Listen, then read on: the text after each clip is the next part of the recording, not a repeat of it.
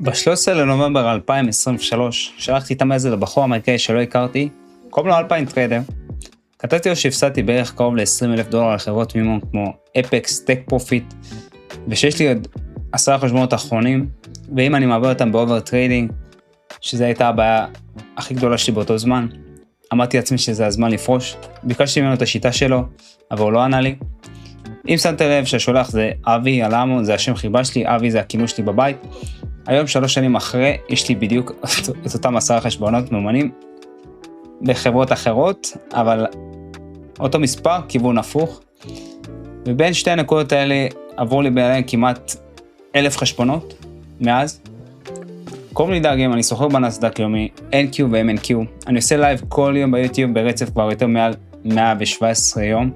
זה מטורף. ימים ירוקים, ימים אדומים, בלי סנן, כלום כמובן. אני עד היום עובד במקביל למסחר, הרבה אנשים שואלים אותי את אותה שאלה. הסרטון הזה הוא לא על איך להתעשר, הוא על מה שהמסע הזה עלה לי. נכשלתי ב-300 חשבונות הערכה, 300 חשבונות מבחן, לפני שעברתי אחד. לא 300 עסקאות, 300 חשבונות, שזה המון. לקח לי כמעט 2 שלמות, ואיך בכלל מגיעים ל-300 חשבונות מבחן? ככה, לא קניתי תיק אחד ושכרתי איתו, אלא קניתי כמה תיקים, 10 תיקים, היה מבצעים באפקס של 90%, שזה $15, אז הייתי קונה 10 תיקים, 20 תיקים, נסה לעבור אותם, כי בראש שלי אני רוצה להתעשר מהר, אני רוצה להגיע מהר כבר למטרה. אז, והרסתי את כולם ביחד עם קופיטר, ניסיתי לעבור את כולם ביום אחד, וביום אחד גרוע, 20 חשבונות ימחקו ביום אחד. ולמה הרשיתי לעצמי לעשות את זה? כי תמיד חיכיתי להנחה של 90%, כמו שאמרתי, כל הערכה עלה לי יחסית, $15, $16, וזה בדיוק הייתה המלכודת, זה מה שהם גם ציפו שאנשים יעשו, ובאותו זמן תמיד ראיתי את האנשים קדימה, שכבר שמה, אז רציתי להיות בנקודה שלהם. אז תמיד בראש, $20 זה לא הרבה, $20 זה לא הרבה, אני אומר לעצמי, אין לי שום סיבה לעצור ולשאול למה נכשלתי, פשוט המשכתי, אתה פשוט קונה, עוד 10, קונה וקונה. החשבון הזול הזה הוא מה שהפך את זה לקרוב ל$20,000, ואז עברתי את המבחן הראשון שלי אחרי 2 וחשבתי שסיימתי, לא סיימתי. מהפעם הראשונה שעברתי ועד המשיכה הראשונה שלי, עברו בערך עוד 200 חשבונות, על כל חשבון ממומן משלמים דמי הפעלה, אל תשכחו, וכל חשבון שבאתי קניתי מחדש. בסך הכל עד היום עברו לי בין הידיים כמעט 1,000 חשבונות ב5 שנים האחרונות, הערכות ומאומנים ביחד בכל החברות שעבדתי איתם, ומהערכה הראשונה ועד הדולר הראשון שיצא החוצה, קרוב ל3 שנים. זה מטורף, זה סשנים בלי הפסקה גם. ואז הגעתי לנקודה של המייל, 10 חשבונות ביד האחרונים באותו זמן, באמת חשבתי שהגעתי לנקודת שבירה, שנים של הפסדים, במשפט אחד שכתבתי לזר, כאילו אלפיין טריידר, לא מכיר אותו, לא מהארץ, זר גם הוא מהאינטרנט, ואם אני מאבד את זה באובר טריידינג, אני פורש. אבל לא פרשתי. אבל גם לא המשכתי לאותו כיוון, כי הגעתי באמת לנקודה שבירה, הגעתי לנקודה הזאת כמה וכמה פעמים, אבל שמה באמת חשבתי שהגעתי לשיא.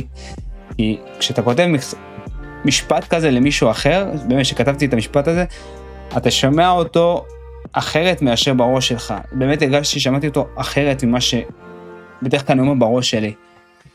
אז מה שעשיתי ב3 שנים האלה, לא חיכיתי שהשוק ישתנה, כמובן. קראתי, כתבתי, בדקתי, כתבתי ספרים, באמת כתבתי, יש לי את כל המחברות, כל יום, מהיום הראשון עד כניסת שבת. בלי הפסקה, לילות שלמים מול גרפים. הרבה אנשים עוברים את זה, אני יודע את זה. יש לי 3 מחברות מלאות, באמת, חוקים, אסטרטגיות, כל טעות שחזרה על עצמה. כמה טעויות שחזרו על עצמה, בלי הפסקה, המוח שלנו, יש לו שכחה סלקטיבית, אז תמיד שאתה כותב את זה, אתה רואה את זה עוד פעם ועוד פעם, וכאילו, אתה אומר לעצמך, לא נעבור על זה, ועוד פעם עובר על זה. אז, וקניתי ספרים, הרבה ספרים, Trading the Zone של מרק דקלס, ספרים של ווליום, ועל פרופייל של ווליום. מה שהם שינו לי זה לא הכניסה לעסקה, זה מה שקורה לי בראש אחרי שהיא נסגרה, וזה שום כאילו אינדיקטור לא מלמד אותך, זה משהו שאתה עובר עם ניסיון. מכל זה יצא כלל אחד, עסקה אחת ביום. ORB חברים, ORB זה עסקה אחת ביום, סטאפ אחד, ואז אני סוגר את הפלטפורמה, עבדה, סוגר את היום, לא עבדה, סוגר את היום. זה נשמע פשוט, זה היה הדבר הכי קשה שעשיתי במסחר בהתחלה, שנכנסתי עם ה-ORB, כי הכלל הזה לוקח ממני את ההזדמנות להחזיר, וההזדמנות להחזיר היא, זה מה שהרג לי המון המון המון חשבונות מבחן, או חשבונות מאומנים, לא צריך שהיום יהיה גדול, אני צריך שהיום ייגמר פשוט. מה אני סוחר היום? שני דברים, ה-ORB, הטווח של הדקות הראשונות אחרי הפתיחה, כמו שאתם רואים אותי כל יום עושה את זה בלייב, פריצה של הטווח הזה עם ההמשך, וה-VPA זה המיין, האסטרטגיה שבניתי עם השנים, זה באמת עם הרבה ניסיון, הרבה השקעה, זה מתבסס על ווליום, פרייס אקשן, מבנים, איפה המלכודות, ואין לי 20 אינדיקטורים כמו שהיה לי, התחלתי עם כל האינדיקטורים שאתם יכולים לחשוב, MACD, RSI, VWAP, מה לא, עכשיו אני פשוט בלי אינדיקטורים. אני אגיד את זה ברור, אני לא נותן פה איתותים, ואני לא אומר לאף אחד מתי ללחוץ, אני מראה לכם מה אני רואה על המסך.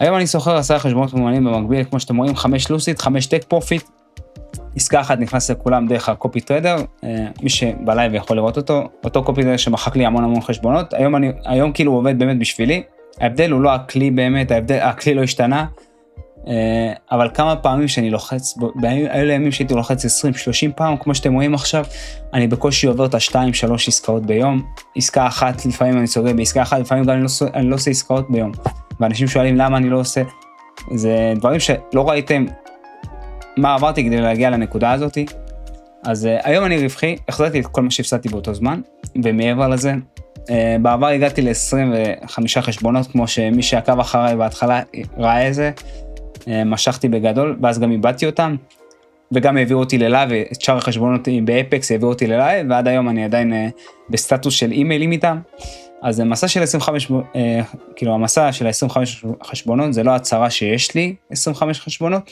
זה המסע חזרה לשם, החשבון אחרי חשבון, מכסף שאני מושך מהחברות, בלי כסף מבחוץ. כמו שאתם רואים, אני מבצע משיכה, ואז קונה תיקים, אני לא מגיע ל10 תיקים, התחלתי עם 3 תיקים, עברתי ל6, עכשיו אני ב10, ועוד מעט אני אגיע ל15, וככה, כי אני משכתי מלוסין, משכתי מטק פרופיט, אז קניתי עוד.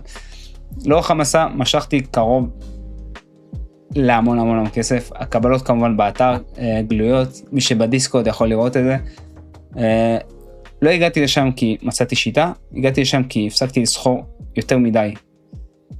אובר טריידינג זה מה שבאמת חצי מהמסע שלי היה התעמק בו, להימנע מזה, ומשם כאילו, זה היה המכשול שלי, לכל בן אדם יש מכשול משלו, ויש אנשים שקל להם להתמודד, יש כאלה שקשה להם להתמודד, יש כאלו שקשה להם עם פומו, יש המון סוגים. אז שתי הבהרות לפני שאני מסיים, אחת, כל מה שראיתם פה זה נטו לתיעוד וחינוך בלבד, זה לא ייעוץ השקעות, לא המלצה ולא תחליף לייעוץ השקעות, ולא לייעוץ אישי, כל החלטה מסחר שתיקחו באחריותכם בלבד, זה נכון, זה מסחר בדמו. 2, המסחר שאני מציג מתבצע בחשבון של חברות מימון, סביבת הערכה זה לא כסף אמיתי פרטי בברוקר, הנתונים בזמן אמת, אבל זו סביבה שהחוקים שלה, כאילו המסחר בחוזים עתידיים כרוך בסיכון באמת משמעותי להפסד, בביצוע עבר הם לא באמת, זה לא הולך קדימה, זה לא הערובה לתוצאות בעתיד, אז תהיו מודעים לזה, אני לא מבטיח לאף אחד שיגיע לאן שאני הגעתי, מה שאני כן יכול זה ללמד אתכם את מה שעלה לי כמעט 1,000 חשבונות, וכמעט 3 שנים ללמוד לבד, כי באמת היה חסר את התחום הזה, את השקיפות הזאת, בעיקר בספייס הזה, אז לייב כל יום ב-4:15, קישור בתיאור, נתראה שם,